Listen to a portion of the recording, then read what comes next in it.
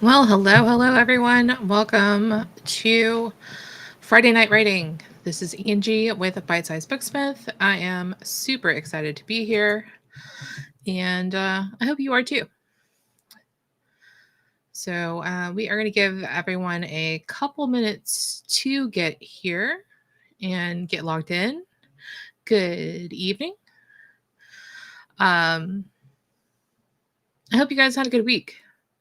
Do me a favor, hey Emery, uh, let me know where you are logging in from. That would be awesome.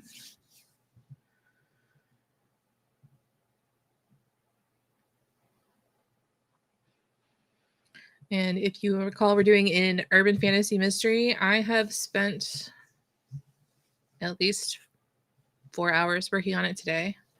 Hey, Jen. So I have some good stuff to show you. I have some new stuff that I've added to the resources as well. So for those of you who are writing along as well.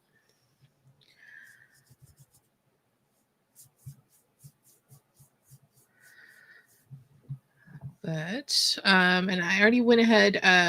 Okay, say, Just Mesha, Florida. Sorry. It has been a day. It's been a week. And I think this is Good Friday, correct? I think.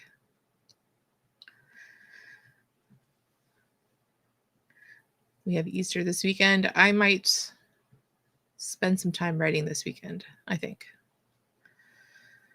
But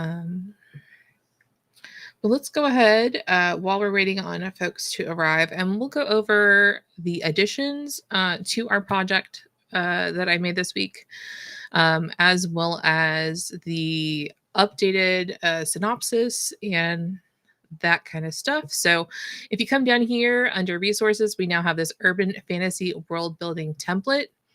We're going to play with that today. And so anyone who is, there we go. Anyone who is writing in urban fantasy along with us, you can use this. You can also, hey Alicia, if you are writing something else, say you're writing a contemporary romance, maybe you're writing a paranormal romance, you can actually just take what I have here, put it into ChatGPT, put it into Claude, say, hey, this thing is written for an urban fantasy. Can you convert it into what I would need for whatever kind of world you are building? So you can definitely take this and repurpose it if you are writing something else. If anyone's writing a romance, if you're writing a historical, maybe not. I guess if you're writing a historical that is a fantasy, maybe you might be able to get away with that as well. But so it's actually built into steps. And so what we're doing is we're providing a little bit of information, one layer at a time, and building up, kind of the main information about the world. So we start with the synopsis. We talk about the protagonist. Now, if you are doing something that has more than one protagonist, obviously you're going to have to put information about your multiple protagonists in here. Vibe check. So, what kind of tone? What's the subgenre? In my case, and then we go into the world building itself. So, the tier 1 is, what is like the most important and foundational story world information, and then we build upon that with tier 2. Again, with tier 3.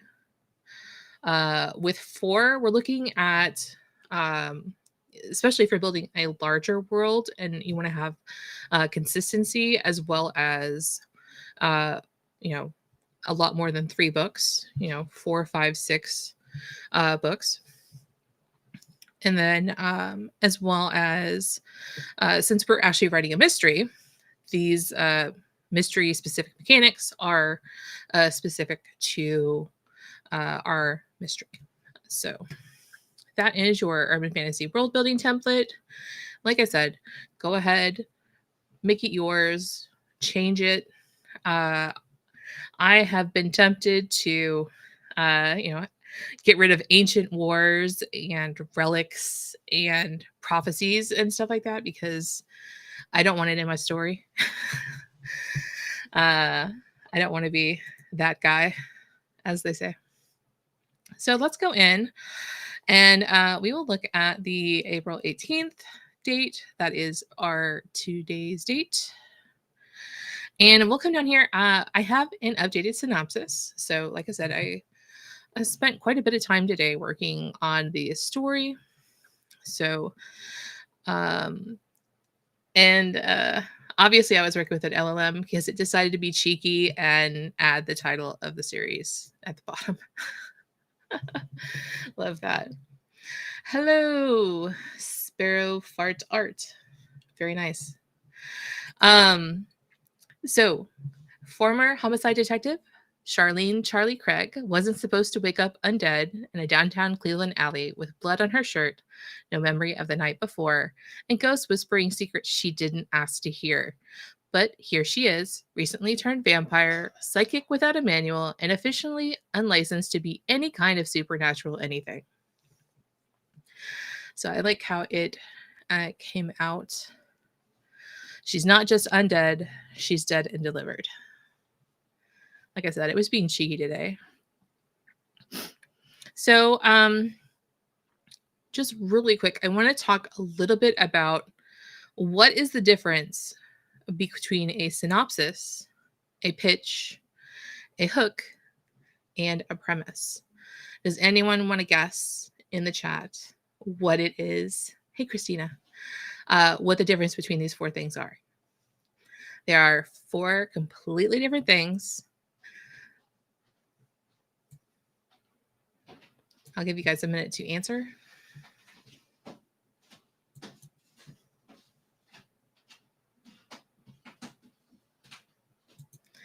And those of you who are in the Story Alliance, you're actually going to have a leg up on everyone else because I actually just posted this a couple days ago. I think it was last week.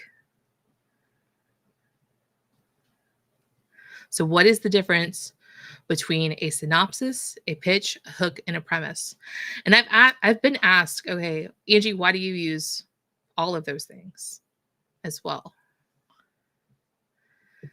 Anyone want to guess?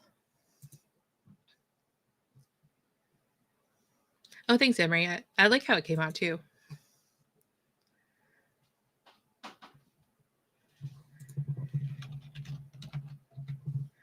Okay, so I'm going to let you know. So a hook is, the purpose of it is to get attention. It's to spark curiosity. And a lot of times the pitch is what is going to go to the editor, and it's going to be what gets you in the door with an editor to be published, if that's the way you're going. Synopsis is a short story summary. Okay. Premise is the idea. Yes, yes, and no.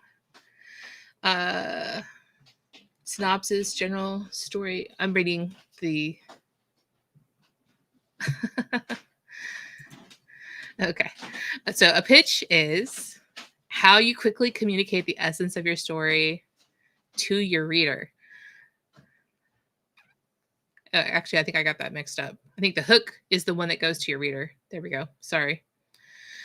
The pitch is the one that is going to go to your editor. Now, your premise is the concept that the whole story is built on. So it's the foundational idea of what you're building. And then the synopsis is basically, it's a summary of the entire book or series or whatever it is you're building. Yes, the hook is there to grab you.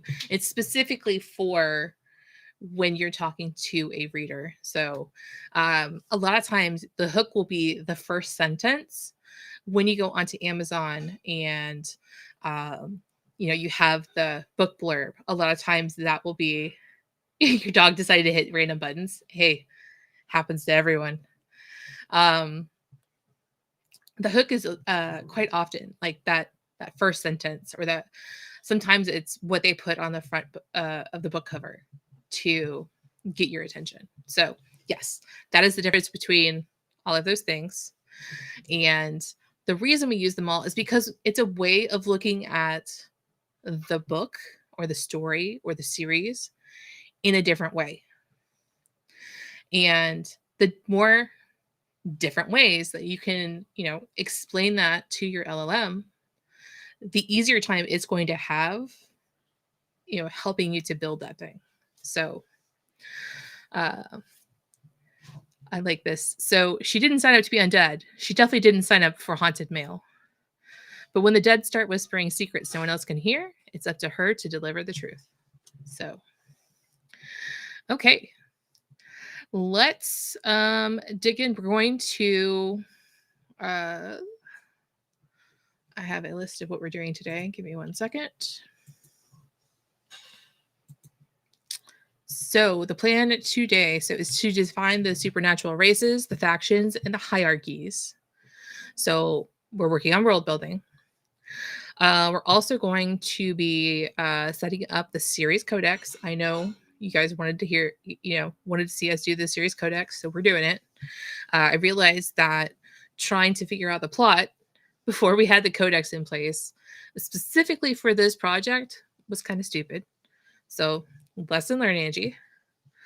And then we're also going to talk more about the dead mail system, the magical mechanics, and any kind of cultural conflicts we have within our urban fantasy Cleveland. So let's get started.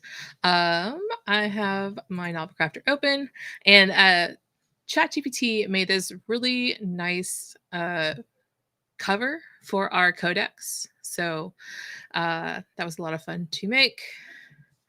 It has definitely come a long way with the most recent update.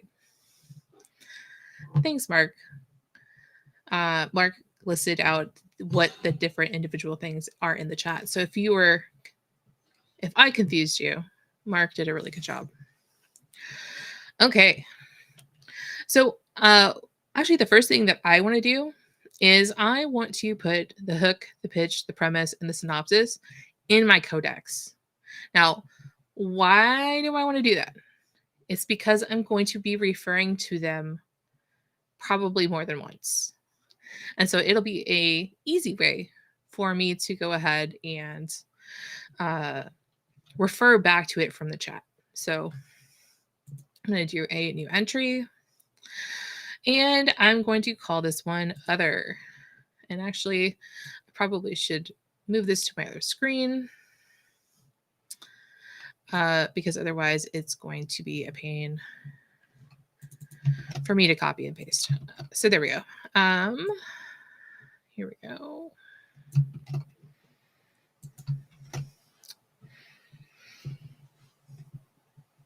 Okay. So again, it's codex entry, it's other. All I did was I called it the synopsis. I'll even create a custom category for it here in a moment, but let me go ahead and just get these in. And I'm using other because it really doesn't fit anywhere else. Okay, and this is our pitch. Let's make the next one our hook.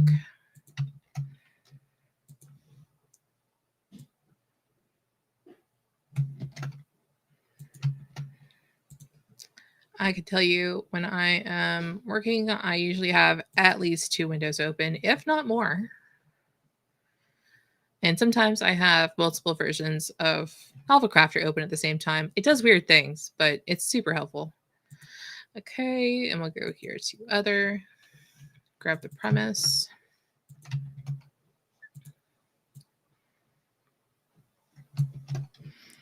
Okay. So now I have my pitch, my hook, my premise, and my synopsis all as codex entries. So I'm going to come up here to the gear icon. I'm going to make a custom category. And I'm going to call this series info. The associated tag. So basically I'm creating a tag that will, when I assign the tag, put specific codex entries into this category. If that makes any sense. It sounds like I'm just confusing myself, but I'll show you here in 1 second. So anything that has to do with the series, it will be tagged as series, and we will turn them blue. Go ahead and close that. So now, if I want to assign this, all I have to do is add a tag of series to these. And now I have over here on my left-hand side, I've got this series info section. So they'll all be together and they're color-coded and it's easy to find. Now, one thing that happened in one of the more recent updates is display settings have changed. So you don't necessarily have to, by default, it looks like this, and they're quite large. So I actually have mine set for compact, or you can use what's called slim, and you actually just have the name, and then it will have one line of text. I like to keep mine in compact. Let me check if there's any questions. Nope, we are good. So we're going to come here to chat. Let's get this set up. Remember, we are using, let's see, dev editor is Urban Fantasy Mystery, and we'll use Claude 3.7. Any questions before we get started? I'm actually going to take us through that. Sorry. Take us through the world building template. And we're going to, oh, apparently I was working on a different story last about Mort. We're actually going to go through and with the world building template one step at a time and build up our world. That's the plan. From there, if we have time, we're going to start building codex entries. So that is our marching orders for today, and let's get started. So let's see. I'm going to grab this. So this is directly from the template. And I'm going to add some more instructions to it. Let's see. We are going to be building the world for Dead and Delivered.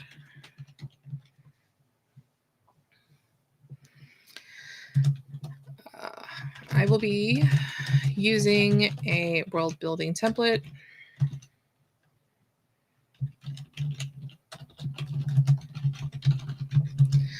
We are going to take the sections one at a time and build up the world.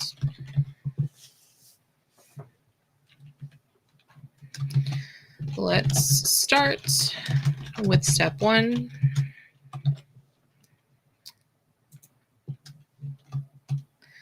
Okay. Refer to the synopsis, pitch, hook, and premise.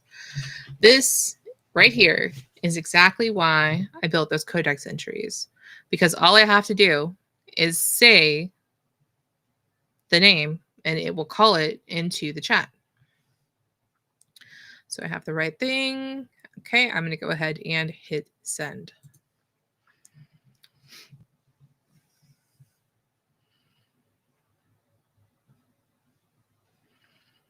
So it's going to take what I have already in the pitch, the hook, and the premise, along with the information that I've built into the urban fantasy mystery prompt, and it's going to answer the questions. I have the ability to read what's here, and then if I don't agree with something, or if I don't like the way something is worded, I can fix it at this point. So let's go and look. Dead and Delivered follows Charlie, a former homicide detective who wakes up as an unauthorized vampire in a Cleveland alley. Okay. Her illegal turning creates a bureaucratic nightmare in the supernatural world, resulting in her reassignment to the DLO, in a neglected division of supernatural governance that handles haunted mail, cursed packages, and messages from beyond the grave. Let's see. It's her purgatory and proving ground, surrounded by cursed artifacts, ghostly correspondence, and possibly possessed office equipment. Very much so. Let's see. Charlie discovers her unique hybrid status as both a vampire and a psychic. So if you are new to this, if this is your first time joining us and you haven't gone through any of the pre-work, Charlie was a homicide detective. That is correct. She knew things she just shouldn't necessarily have known. She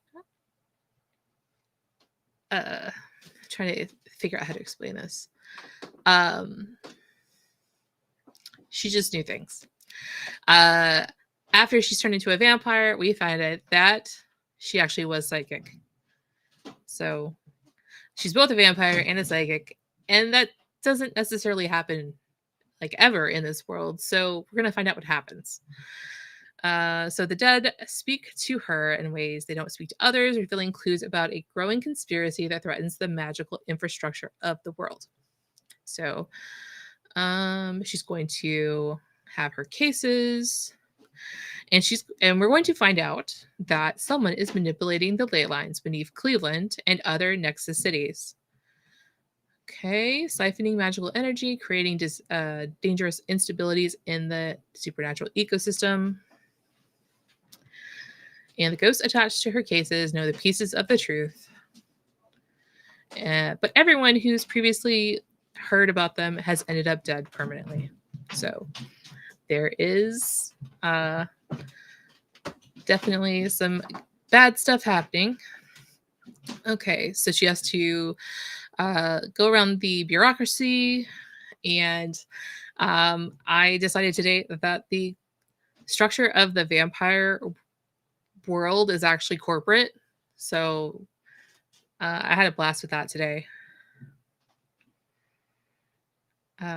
See, her unauthorized transformation wasn't random. It's part of a larger plan, and she has pieces together, or as she pieces together the conspiracy, she realizes that she may have been turned specifically because of her unique abilities to communicate with the dead.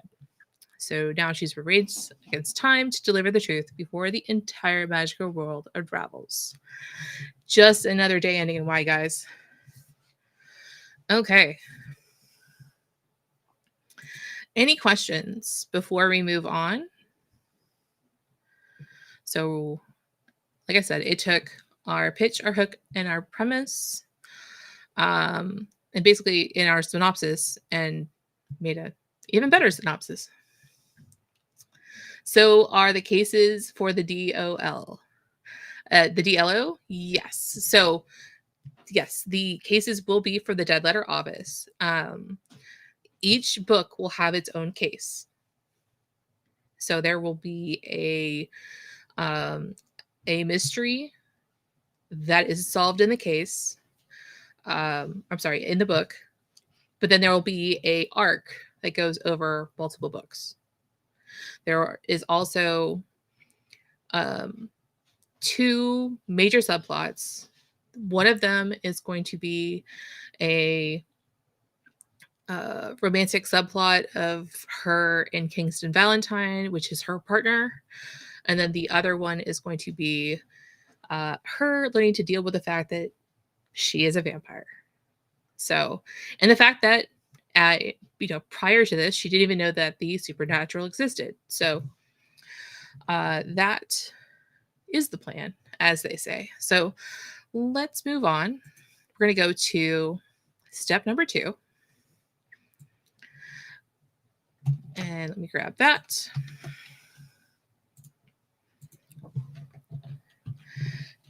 Great. I really like how this came out.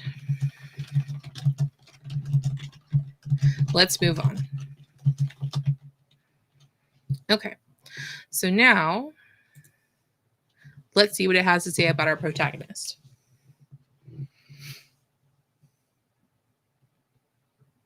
Now, I know that it's not going to have enough information, so I'm going to have to give it some additional information about this character. So let's see what they gave us.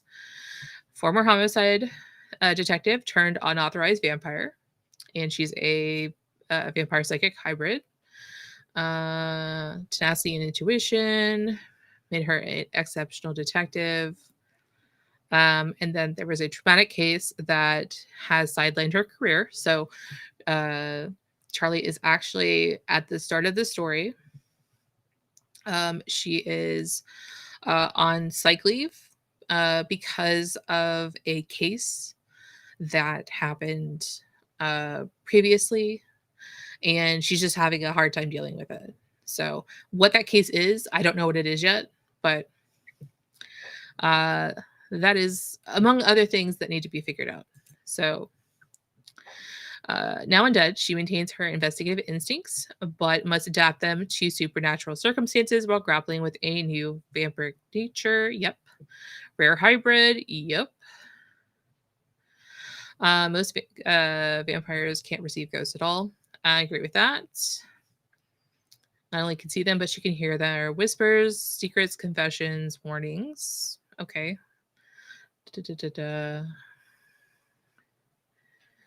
Emotional stakes are deeply personal. She's haunted by the blank space in her memory surrounding her transformation. Yes, 100%. That is also something new that I've added, is that she doesn't remember being attacked. And where she wakes up isn't necessarily where she was attacked. So a little bit of misdirection there. So yes, she's going to struggle with the loss of her human life and identity, refusing to fully embrace vampire culture while no longer fitting around in the human world, 100%. So each case she solves in the DLO becomes professional duty and personal redemption. Sardonic exterior, ghost-filled investigation, sarcasm, lies a woman wrestling with profound questions of agency and purpose. Was she chosen specifically for her abilities, or was she simply in the wrong place at the wrong time? And we know that she was chosen for her abilities, but she'll find that out in time. Okay. The conspiracy she's unraveling threatens not just her existence. Okay. But her understanding of why she was brought into it in the first place. Okay, so there is some additional information that we can add about her. So let me grab that information. Here we go.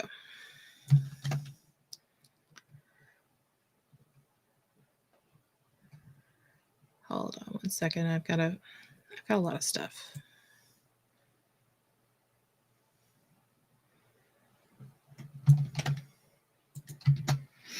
Okay, so she is actually 29 years old, and I specifically made her young for a homicide detective. Just fix that. She's formerly human and now identifies as a vampire, but she's also a unregistered vampire. We're going to learn a little bit more about how the vampire bureaucracy works. But let me tell you, just kind of before we get there, you actually have to register to become a vampire, and there's a waiting list. Why? I don't know. Hey, Kat. Let's see. So we have her race, we've got her identity. She is going to be quote unquote hidden in the DLO, Dead Letter Office. We've got her emotional stakes, some highlights about her backstory. So she always has had a knack for knowing when things were going to happen or other things that she shouldn't know. So she joined the police force young. Took leave after a particularly disturbing case and woke up undead with no memory of the event. So the Vampire Corporation is going to loan her out to the DLO because they don't know what the heck to do with her. She's not supposed to be there. She's not supposed to be a vampire. A little information on her family. So mom is dead. Dad is a retired firefighter, and she's got a brother with a couple kids. And so I went ahead, I've got her archetype, Myers-Briggs. So she is the logistician. I can't say the word. And then as well as the Enneagram. And I think that's how you say it. So let's go ahead and we'll give this information. And so it's going to take what it had, what I had, and it's going to put it all together. Ta-da! So now we have more information about our protagonist. And we are going to go ahead and move on to the next step. Anyone who joined us late, let me go ahead and grab for you real quick the URL for the Notion document. We are going through right now the urban fantasy world building template, just one step at a time. So we are on step number 3. Then we're just adding color as it comes up. So great. That is perfect. Okay. I gave it most of the information that it needed, so I know that it's good. Okay, so now we're going to do a vibe check, both of the tone and of the subtype or a subgenre of the story. So I'll go ahead and hit send.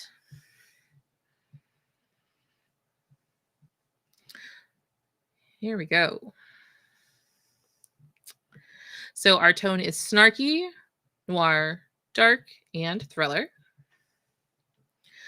And then our subtype is supernatural procedural, detective noir, and urban fantasy, which I agree with all of those things. Jessica Jones meets the Dresden Files with a touch of Warehouse 13, 100%. I did quite literally say something was Warehouse 13-ish.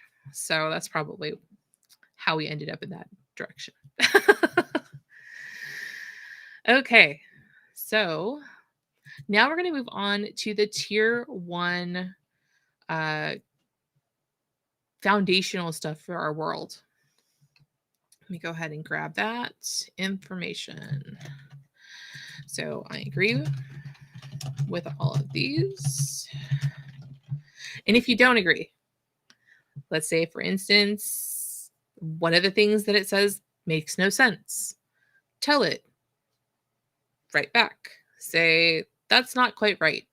And I'm sure this is going to happen at some point because I'm doing urban fantasy. It's going to want to put either an artifact, which I'm kind of okay with an artifact with a DLO. It kind of makes sense. But it's going to want to put, some kind of, I don't know. What are those things called?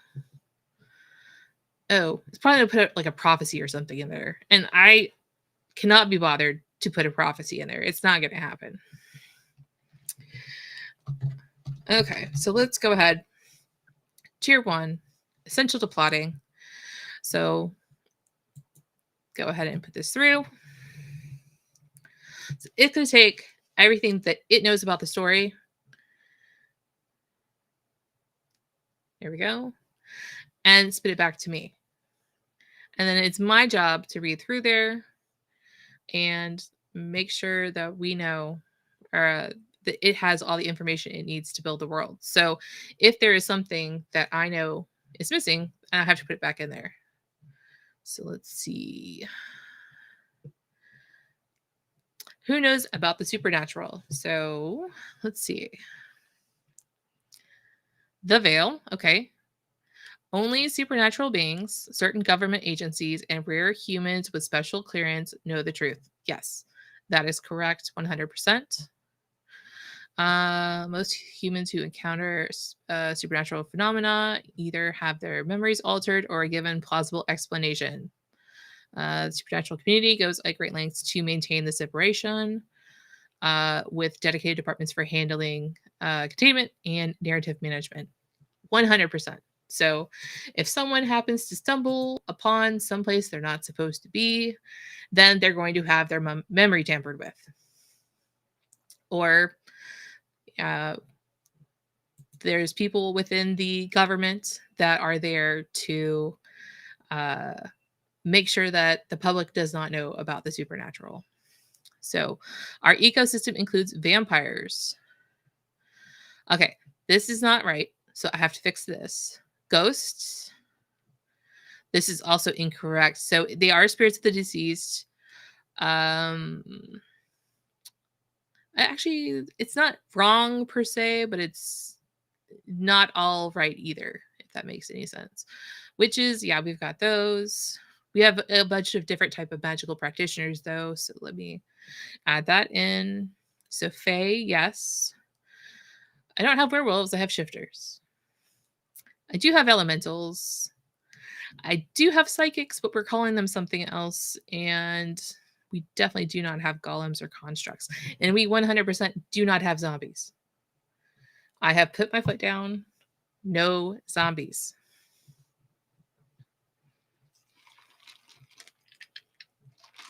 Okay. I realize that makes me no fun.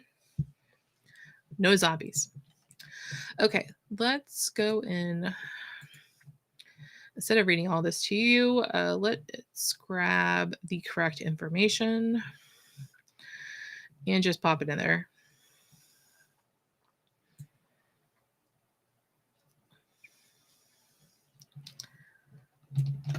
Okay. Oops, I grabbed the wrong one. We're on tier 2, right? Yeah. No, we're on tier 1. I'm trying to jump ahead. Okay.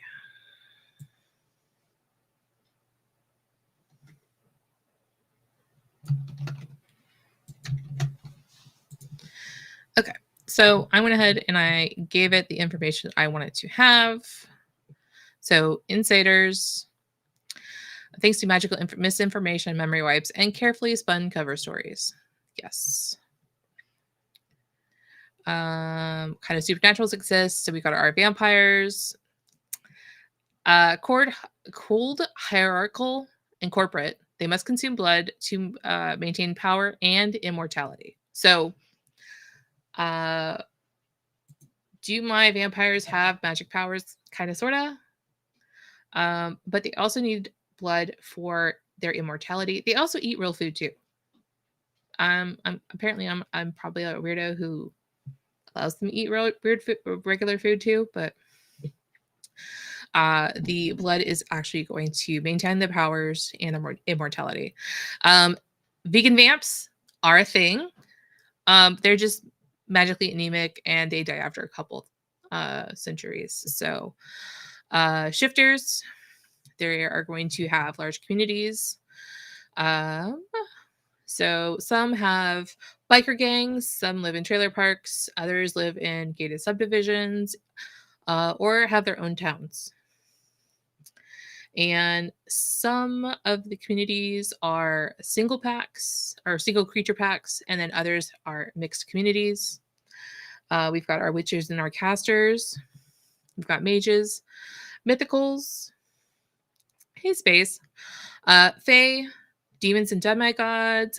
Parahuman is actually the terminology that we're using for our psychics. So they're people that have had some sort of supernatural ancestry.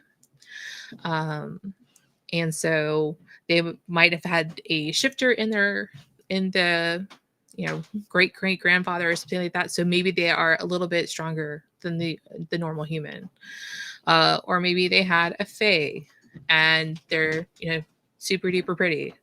So we also have our ghosts, who are the dead with unfinished business. So ghosts can lie, they can manipulate, and they can spy on other people. So we're going to have to bribe them to get them to work for us. And no zombies. And then we've got our supernatural government, kind of mirrors the human government. Our vampires have a corporation. And so there is a global FANG officer, our CFO. And then everything else kind of rolls downhill from there. And we got our shifter packs, our witch covens, which are matriarchal family groups. And then we have our DLO, which is just part of the government. A codex of magical conduct. So basically, there is a amount of laws between the different supernaturals. And we also have enforcers. So there is laws covering unauthorized transformation. So basically, Charlie getting turned into a vampire is illegal. So obviously someone shouldn't have done that. And then punishments will range from fines to magical nullification all the way to death, which I actually will add in later. So she is an unwilling insider. And then we've got the ley lines. So basically, it's going to take all that stuff that I just added in there, give it back to me. No zombies. Key laws include prohibition of unauthorized transformations. Don't mess with the ley lines. No interspecies violence.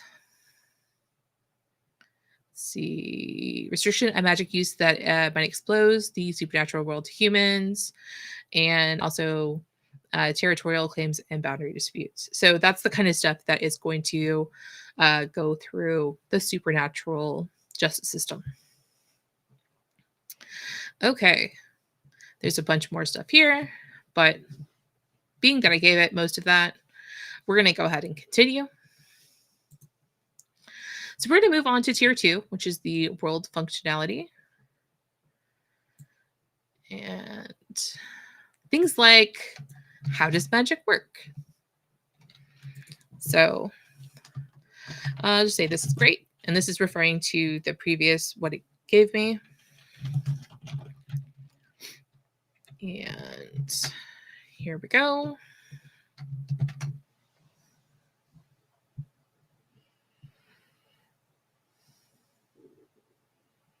While this goes, I'm going to get a drink of water.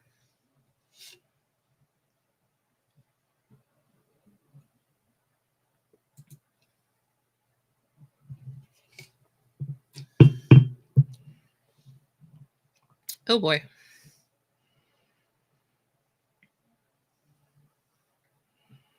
Claude likes to go, guys.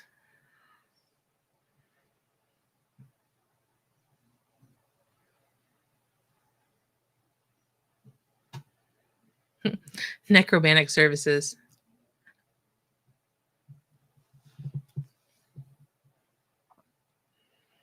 Okay. There is a lot to comb through here. Let's just try to hit the most important items. So how does it work and what are its limits or costs? So geography and intention flows through the ley lines. Yes. Vampires draw power through blood consumption. Correct.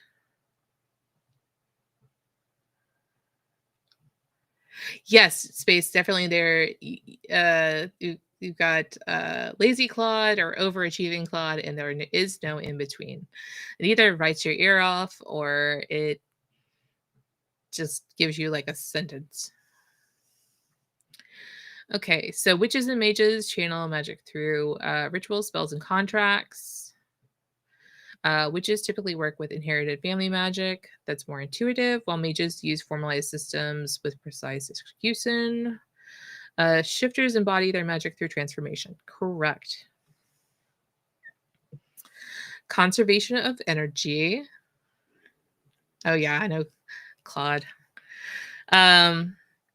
Magic cannot create something from nothing. Yes, correct. It transforms, redirects, or amplifies existing energy. And major workings require proportional power sources. 100%. They got it in one. So intent matters. So their focus and intention shape the outcome. So one thing I will also add into here is that magic, in its original form is neither bad nor good. Magic is, it just is. And it's up to the intent of the person who is using it to determine whether it's used to harm or to help. So we'll be adding that in. Every magical action creates ripples in the ecosystem. That's pretty good too. Okay, so we've got the cost of magic. So either physical exhaustion, magical debt, dependency upon specific energy sources, vulnerability to opposing forces, and possible magical backlash for broken rules or overreaching. Christina asked, when it comes to spells and rituals, do you put the words with them or not? I don't know that I have had a specific instance where I have put the words. I mean, you might be able to do that. If you are going to do that, though, what you're going to want to do is you're going to want to make that probably lore. So you'd have a lore item for XYZ spell, and you can put the words to the spell in there, and then depending on whether or not it fits, you can add it into the story. That's how. Space says I have a runes codex entry, and all 12 of them are in the large description box, not as sub entries. Okay, that's actually good. That's a good idea as well. That's kind of like an alphabet, though. Kind of, if you think about runes. Okay. Okay, let's go back to our chat. So what does supernatural crime look like, and how is it investigated? So supernatural crime spans spectrum from mundane to not so mundane. Let's see. Investigation methods, so magical forensics. Yes, a space, it would depend upon your magical system, whether or not runes are akin to the alphabet or not. But yeah, I mean, if you want to use a spell and have the words in it, I mean, if it goes with your story, then put them in there. But you can definitely put them into your codex entry if you know what the spell is. Alicia says, what role does DLO play with controlling magic or managing magic? They don't actually have anything to do with magic as far as they deal with mail. but some mail has stuff to do with magic. So I think we talk about the DLO here in a few. I realize we're getting low on time. We'll just go through. So we got investigation methods here. The DLO handles a specialized subset of supernatural crime related to cursed communications, haunted objects, and messages from the deceased. I hope that answered your question. So containment of cursed or haunted items, decoding messages from the dead, tracing of magical artifacts, identifying the source of supernatural curses, and mediating between the living and the dead. Okay, magical technologies or services. Yes, there are. Let's see if I don't think it doesn't have my favorite one. I'll actually be adding that one in. Blood box.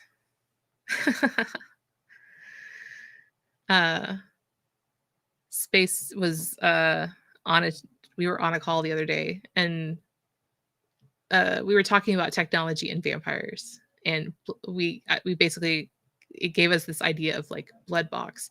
So, and I think I even talked about this last time.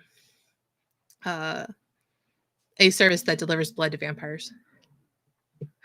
Okay, and so then how do they make money or survive day to day? So we've got economics for the different types of people. The working dead. Oh my gosh. What kind of jobs or black market markets or underworlds exist? So there's some pretty good ones in here. The blood trade, curse crafting, memory theft, and criminal organizations. Yeah, these have to be like completely and totally changed because these are the veil breakers. Ugh. Some of these are good. Some of those, not so good. The DLO operates from unassuming government building in downtown Cleveland. To human eyes, it appears to be a mundane mail processing facility for undeliverable items. Supernatural entrance requires passing through specific security measures that verify supernatural status or clearance. And yes, Stace, it was hilarious. I think you're talking about the blood box.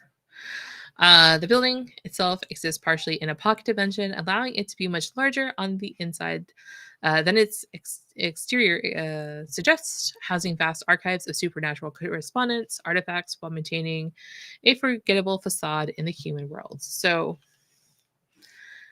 very, very good stuff. Some not so good, but you got to take the good and the bad. And so let me grab my information and we'll add it in here.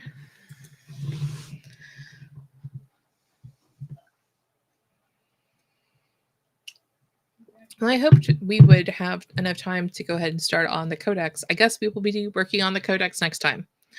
Unless you guys want me to just create the codex and make the codex available, which I'm open to doing. Is there anyone who wants to write in this world that I'm writing in? I'm 100% okay with that. You don't necessarily get to write in the DLO. You can create a whole different organization you can have your person work for, but let me know if you guys want. I can go ahead and create the codex, or we can do it together. I'm 100% open to both.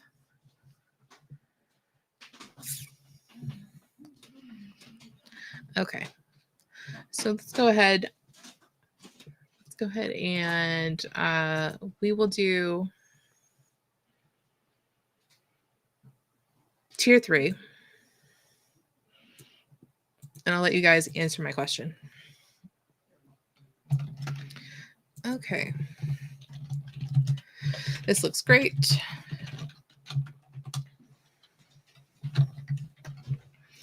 So, cultural depth.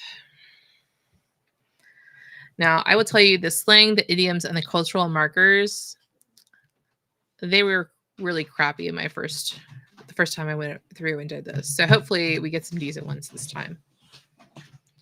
They were just dumb. You want to do it together? We can do that.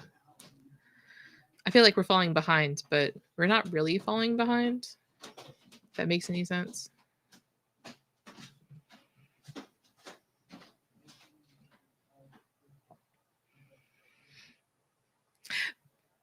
Do it together? Okay.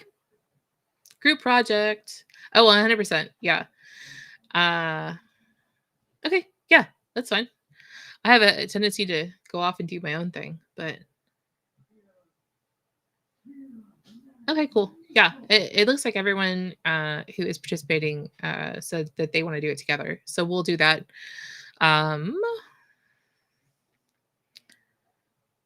Uh, bagged lunch is prepackaged blood.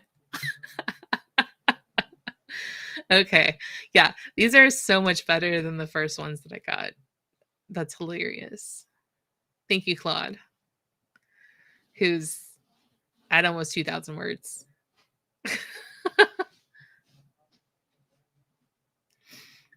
Okay, 2,000 words. Yes.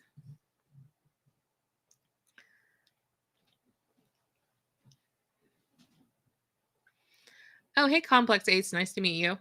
So, this AI is actually Claude.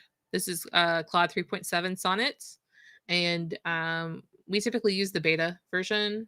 If you're asking which program, I don't know you well enough to know if that's what you're asking. We're actually in Novelcrafter. I tend to work in Novelcrafter. We'll just go through this really quick. And again, we'll try to hit the highlights. Yep, Novelcrafter with Claude 3.7. Thank you, Jen. So cultural depth. What are the myths, beliefs, and traditions that shape the supernatural society? The Veil. Yes. The balance theory. Also yes. So that's energy must maintain an equilibrium across the world. So yes, 100%. Transformation rates. I will. They're okay. We don't necessarily need them. Here's some death customs. Vampires mark their death days, so the anniversary of their turning.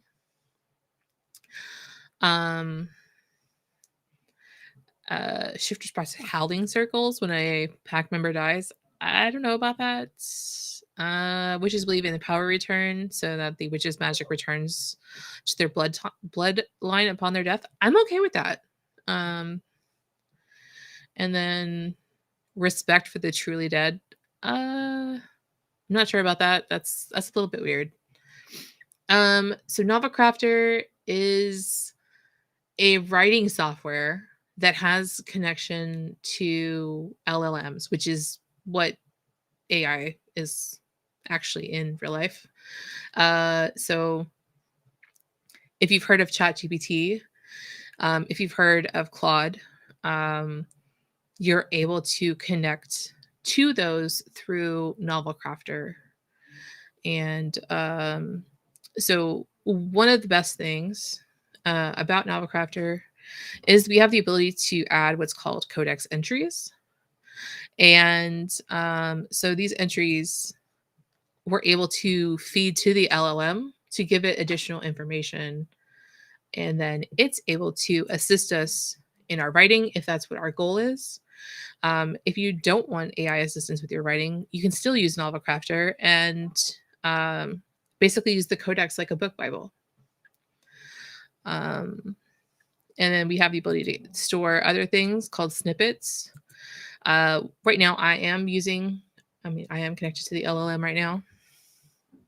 And basically have a lot of different prompts that are built in here. So it's if you want to learn about Novelcrafter, this is a good place. The other place that you can learn more about Novelcrafter is novelcrafter.com. This is not supposed to be a Novelcrafter advertisement. Sorry, guys. But I do just want to make sure that Ace ends up in the right place. Haha. But you can actually come here to Novelcrafter, and then under resources, there is some free courses and other stuff. Is there a free tier? So Novelcrafter, you can get it free for 30 days, I believe, to test it out. And as far as LLMs, OpenRouter actually has a number of models that are free. Price, free. And then you can look and see which ones are available. I will say that the freer models aren't usually as good as the paid models. So if you are learning on the free models, then that's awesome. But if you want to kind of, I don't want to say go pro, but if you want to, yeah, I guess if you want to go, and shoot, what am I trying to say now?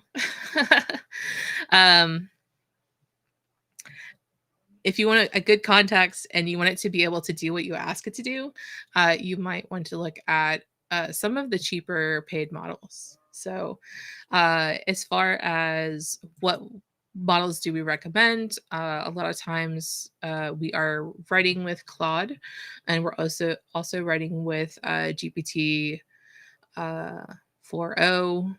Depends on who you are. There's other models for not safe for work, but that's neither here nor there. We can't do that on YouTube. So, okay.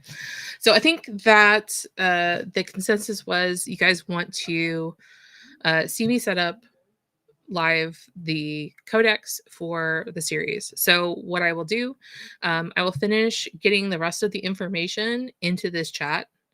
And then from there, we will actually create our codex entries. So